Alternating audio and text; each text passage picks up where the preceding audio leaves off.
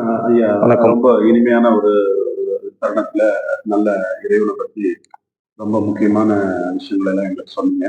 அதே போல இந்த ஓசூர்ல பத்ரகாசம் சொல்லக்கூடிய இந்த ஓசூர்ல சந்திரசூடேஸ்வரர் தேவஸ்தானத்தில் இருக்கக்கூடிய நம்ம காலபைரவருடைய சன்னதி நம்ம எந்தெந்த விஷயங்களுக்காக என்னென்ன பரிகாரங்களுக்காக நாம் இறைவனை என்னென்ன பரிகார முறைகளை இங்க தீபம் போடுறது, அன்னதானங்கள் பண்றது, இது மாதிரி சொன்னீங்க. அது போல விஷயங்களை கொஞ்சம் தெளிவாக சொல்லுங்க ஐயா. இப்ப நமக்கு இந்த 7.5 சனி நடக்கிறப்போ தேய்பிறை அஷ்டமி மாகம் பௌர்ணமியிலிருந்து 8வது நாள் வரக்கூடிய தேய்பிறை அஷ்டமியில நாம் காலபைரவருக்கு அபிஷேகம் செஞ்சுட்டு நல்லெண்ணெய் தீபம், நல்ல ஒரிஜினல் நல்லெண்ணெய், கலப்படம் இல்லாம நல்லெண்ணெய் தீபில ஒரு 9 தீபம்,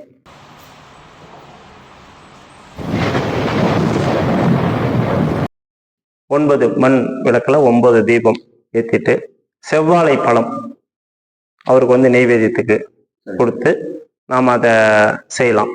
இந்த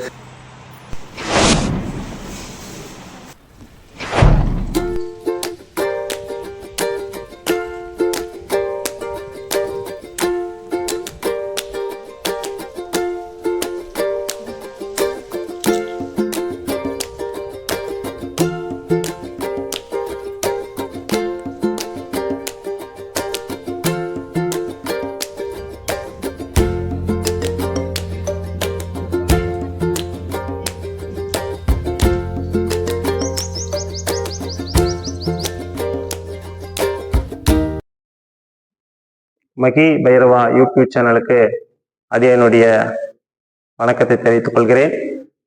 உலகம் இருக்கின்ற அனைத்து இறை அடியார்களுக்கும் நல்ல ஒரு இறை செய்தியை தருகின்ற நோக்கத்தில் இந்த சேனல் செயல்பட்டு கொண்டிருப்பதை மனமாற நான் வாழ்த்துகிறேன்.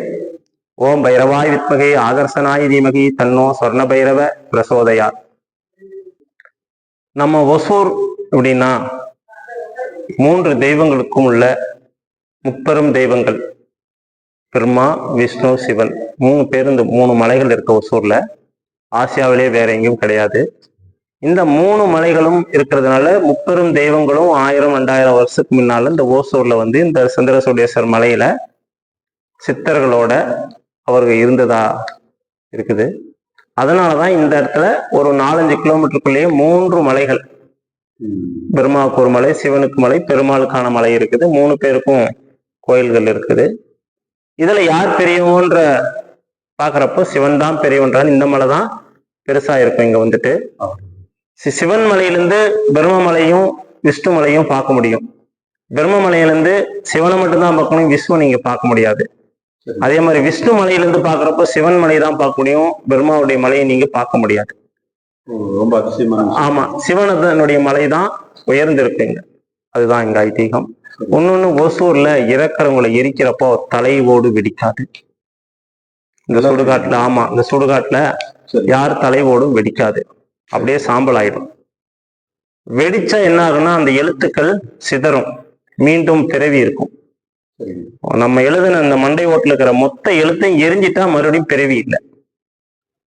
என்ன பிரம்மா எழுதினார், மீதி கருமா இருக்குது, அடுத்த பிறவி இருக்குதுன்னா எழுதியிருப்பாரு, மண்டை ஓட்டுல தான் இருக்குதுன்றாங்க.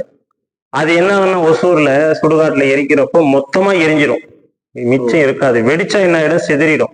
அப்ப பாவ புண்ணியங்கள் எல்லாமே தொலைஞ்சு போய், ஆமா, நம்ம மொத்தமும் தொலைஞ்சிடுது. ஓசூர்ல இங்க இறக்குந்து இந்த ஓசூர்ல அடக்கம் பண்றவங்களுக்கு புண்ணியம், மறுபிறவி கிடையாது, தலை வெடிக்கிறது இல்லை. ஏன்னா முப்பெரும் தேவர்களும் இங்க இருந்திருக்கிறாங்க.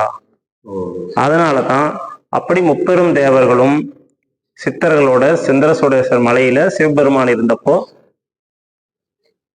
ஈஸ்வரி சிவனை தேடி வருது ஒசூருக்கு. கைலாய மலையிலிருந்து இங்க வந்திருக்குது. சரி. அப்போ சிவபெருமான் ஈஸ்வருடைய கண்ணில் படக்கூடாதுன்னு உடம்பு பச்சை நிறம் மாறக்கூடிய பச்சோந்தி நிறத்துல இங்க மாறி இருக்கிறாரு. சித்தர்கள்லாம் இருக்கிறாங்க. எங்க சிவன் கேட்டா யாரும் சொல்லல. அப்ப பாக்குறப்போ ஒரு பச்சை நிறம் உள்ள ஒரு உடம்பு மாதிரி ஒரு ஓன மாதிரி இருக்கும். அதுதான் சிவன் அப்படின்றது ஈஸ்வரிக்கு தெரிஞ்சிருது.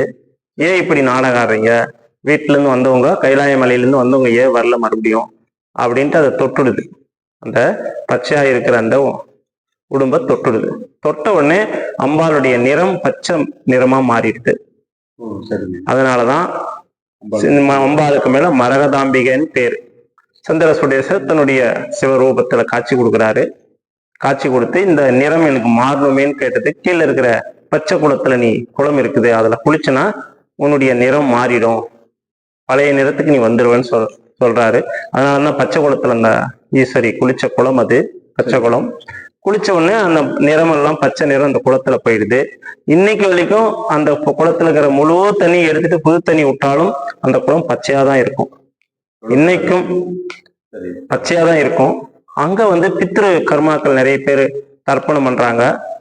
ஒரு 700-800 வருஷத்துக்கு முன்ன அங்க காசி விஸ்வநாதன் ஒரு கோயில் இருக்குது. அது எப்படி வந்ததுன்னா, நடைபாதியா ஒருத்தனுடைய அப்பா இறந்துடுறார்.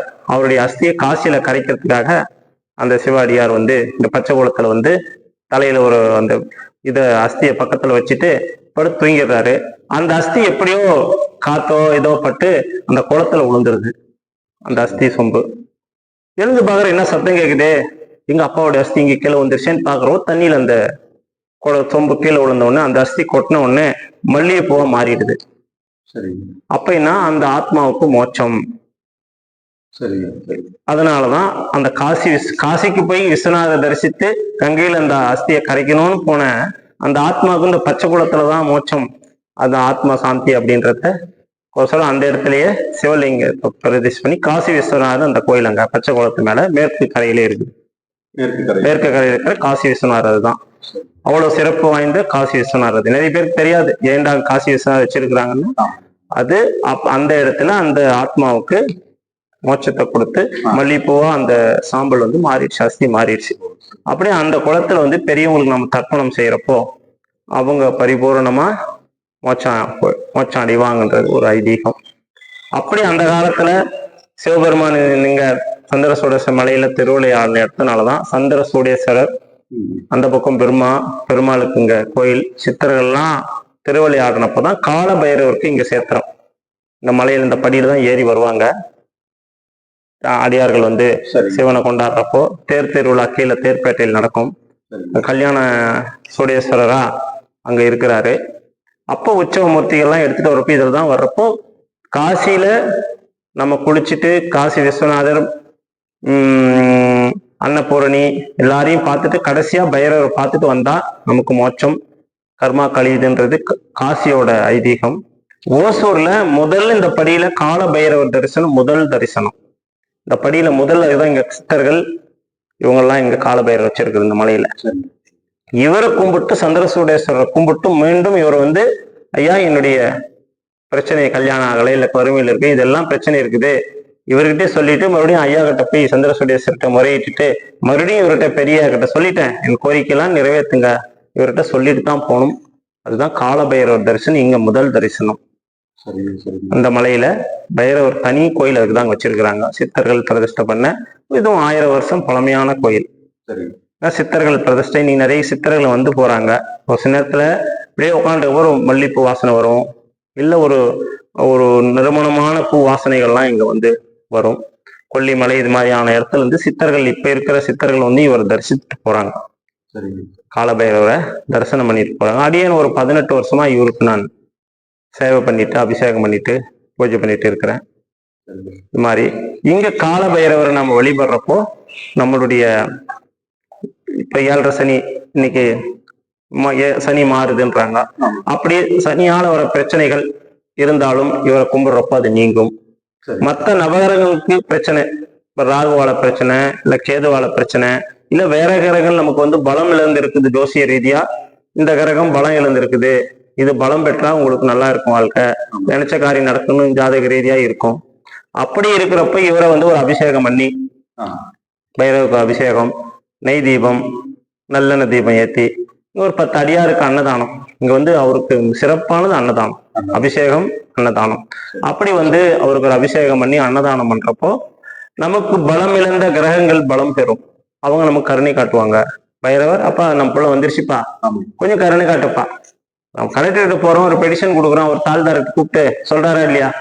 அப்ப என்ன பண்றாரு தாழ்தாரு, முடியாதுன்னு சொன்னவர் கலெக்டருக்கு போயிட்டு வந்தேன்னா கலெக்டர் சொல்லிட்டாருப்பா ஏதோ ஒண்ணு பண்ணி செஞ்சு கொடுங்கன்னு சொல்றாரு இல்லையா? அது மாதிரி பைரவர்கிட்ட அப்ளிகேஷன் கொடுத்து பைரவர்கிட்ட நம்ம வழிபடுறப்போ அந்த கிரகங்கள் வீக்கா இருந்தாலும் சரி, அந்த கிரகங்கள் நமக்கு வந்து என்ன சொல்றது சாதகம் இல்லாத பாதக நிலையில இருந்தாலும் நமக்கு சாதகமான நிலைய பைரவரை கும்பிடுறப்போ ஏற்படும்.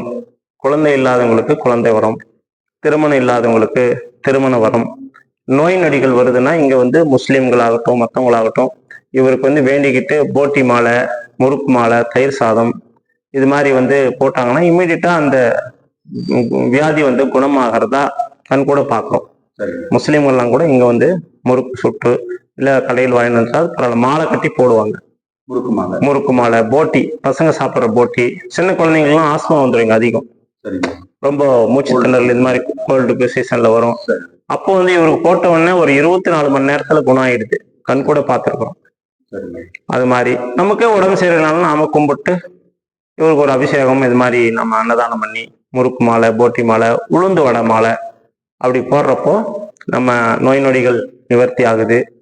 அது இல்லாம நமக்கு வந்து மறைமுக எதிரி இருக்கிறாங்க, நேர் எதிரிகள் இருக்கிறாங்க, அவங்க கிட்ட இருந்து நாம காப்பாத்திக்கிறோம். நம்மளோம்னா பைரவருக்கு ஒரு 8 வாரம் வந்து அவரை மிளகு விளக்கு வச்சு நம்ம அவருக்கு பூசணிக்காயில கூஸ்மாட் தீபம்னு பேர் அது, அதை நம்ம தீபம் ஏற்றி அவர்கிட்ட எனக்கு நம்ம குறை இப்படி இருக்கு, இந்த எதிரிகளை பிரச்சனை இருக்குன்னா அந்த எதிரிகள் அவர் என்ன பண்ணுவார், பலம் இழக்க செய்வார். நமக்கு பாதுகாப்பு கொடுக்கக்கூடிய இதெல்லாம் வந்து இவரை கும்பிட்றப்ப நடக்கும். தொழில் முன்னேற்றம் வேணும்னாக்க நம்ம நெய் தீபம் ஏற்றி அவருக்கு முறையான வழிபாடு அப்படி செய்யறப்போ அந்த தொழில் வளர்ச்சி அப்படி எல்லாமே வந்து இங்க நடக்கும். அப்படிப்பட்ட காலபைரவர் சாமி இவர் வந்துட்டு. வேற உங்களுக்கு ஜோதிட ரீதியா வேற ஏதாவது சந்தேகங்கள் இருக்கா?